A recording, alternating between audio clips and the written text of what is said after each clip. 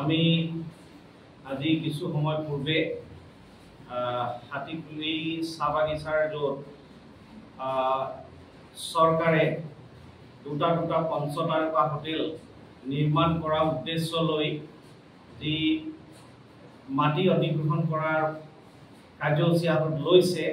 আমি সেই স্থানটো ভ্ৰমণ কৰিলোঁ আৰু ইতিমধ্যে স্থানীয় ৰাইজৰ লগতো আমি মত বিনিময় কৰিছোঁ। কৰোঁতে এই কথা স্পষ্টকৈ গম পোৱা গৈছে যে আজি বছৰ বছৰ ধৰি তাতে স্থানীয় ৰাইজে তাত খেতি কৰি আহিছে, কিন্তু সেইসকল স্থানীয় ৰাইজক কোনো ধৰণৰ ক্ষতিপূৰণ নিদিয়াকৈ, কোনো ধৰণৰ সংস্থাপন নিদিয়াকৈ হঠাতে চৰকাৰে যি হঠকাৰী সিদ্ধান্ত লৈছে যে তেওঁলোকে 60 বিঘা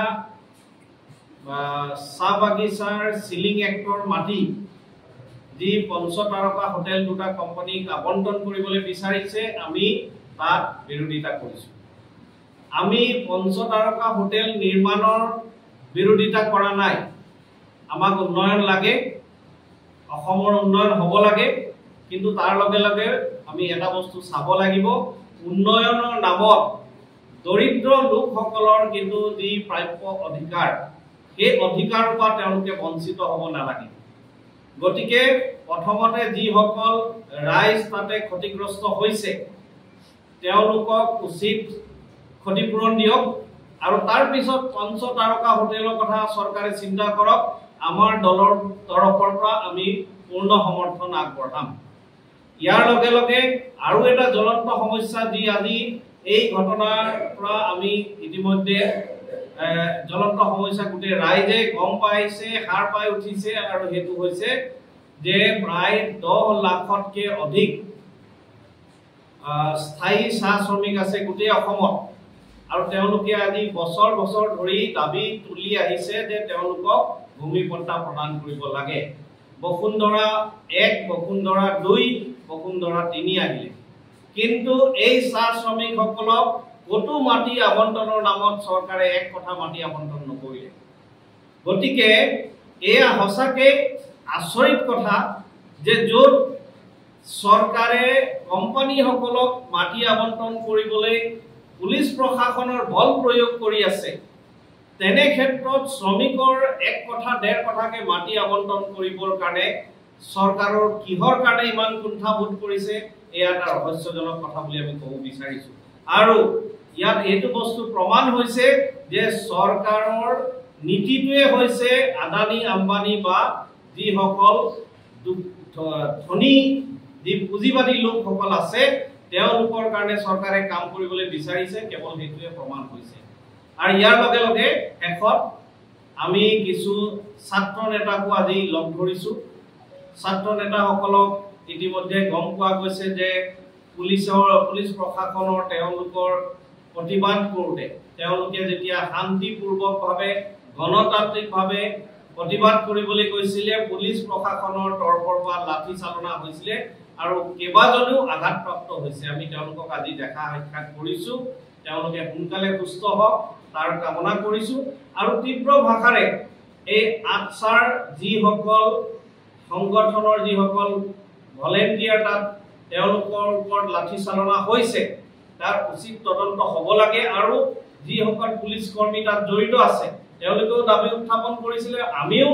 দাবী উত্থাপন কৰিছোঁ যে তেওঁলোকৰ বিৰুদ্ধে উচিত ব্যৱস্থা গ্ৰহণ কৰিব লাগে, তেওঁলোকক ছাছপেণ্ড কৰিব লাগে। ইতিমধ্যে আপোনালোকৰ ওচৰত এই কথাখিনি আমি দাঙি ধৰিছোঁ। আজি আমি আম আদমি পাৰ্টি অসমৰ তৰফৰ পৰা মনোজ ধানোৱা ডাঙৰীয়া আৰু আমি গোলাঘাট জিলাৰ সতীৰ্থসকল, বোকাখাটৰ সতীৰ্থসকলৰ লগত লৈ হাতীপুলি চাহ বাগিচা অঞ্চল আমি আজি পৰিদৰ্শন কৰিলোঁ, য'ত নেকি এটা বিতৰ্ক সূত্ৰপাত হৈছে অসম চৰকাৰ আৰু হাইকৰ সৈতে যি পঞ্চতাৰকা হোটেল নিৰ্মাণৰ কাৰণে যি চুক্তিবদ্ধ হৈছে, তাৰ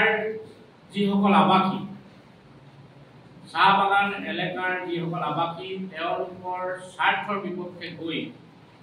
এখন হোটেল নিৰ্মাণ কৰিবৰ কাৰণে যি চৰকাৰে সিদ্ধান্ত লৈছে এই সিদ্ধান্তৰ আমি আম আদমি পাৰ্টিয়ে বিৰোধিতা কৰিছোঁ কাৰণ তাত থকা আমাৰ যিবিলাক সম্পদ তাত বসবাস কৰা যিসকল ৰাইজ তেওঁলোকৰ স্বাৰ্থ সুৰক্ষিত নকৰাকৈ এনেদৰে এখন হোটেল নিৰ্মাণ কৰাটো তাৰমানে অমানৱীয় কাৰ্য তাত যিসকলে বাস কৰি আছে তেওঁলোকৰ সংস্থাপনৰ কথাটো প্ৰথমতে চিন্তা কৰিব লাগিছে মাটিৰ বিনিময়ত মাটি দিয়াৰ ব্যৱস্থা তেওঁলোকে চিন্তা কৰিব লাগিছিলে চৰকাৰে কিন্তু সেইটো নকৰি এই সংস্থাৰ লগত যি চুক্তিবদ্ধ হৈছে হোটেল নিৰ্মাণৰ কাৰণে এইটো এটা সম্পূৰ্ণ অগণতান্ত্ৰিক অমানৱীয় কাৰ্য তাৰ আমি বিৰোধিতা কৰিছোঁ আৰু ইয়াৰ লগে লগে আমি তেওঁলোকক সংস্থাপনৰ ব্যৱস্থা কৰি বিকল্প চিন্তা কৰিবৰ কাৰণে চৰকাৰৰ প্ৰতি আহ্বান জনাইছোঁ আৰু ইয়াৰ লগতে আমি অসমৰ যিসকল চাহ শ্ৰমিক আছে অসমৰ প্ৰায় 1000 চাহ বাগিচাৰ প্ৰায় 10 লাখ চাহ শ্ৰমিক আছে এই 10 লাখ চাহ শ্ৰমিকে আজি ভূমিহীন হৈ থাকিবলগীয়া হৈছে যিসকল আজি ভূমিপুত্ৰ যিসকল অসমৰ মাটি বায়ু পানীৰ সৈতে সম্পৃক্ত হৈ আছে সেইসকলৰ মাটিৰ পট্টা চিন্তা নকৰি মাটিৰ পট্টাৰ ব্যৱস্থা নকৰি আজি মাটি কাঢ়ি লোৱাৰ চিন্তা কৰিছে ইয়াতকৈ আৰু বহিত কাম নাই গতিকে আমি চৰকাৰক এইটো আহ্বান জনাইছোঁ যে অসমৰ যিসকল চাহ শ্ৰমিক আছে তেওঁলোকক অতি শীঘ্ৰে মাটিৰ পট্টা প্ৰদান কৰক তেওঁলোকৰ নামত মাটি আবণ্টন দিয়ক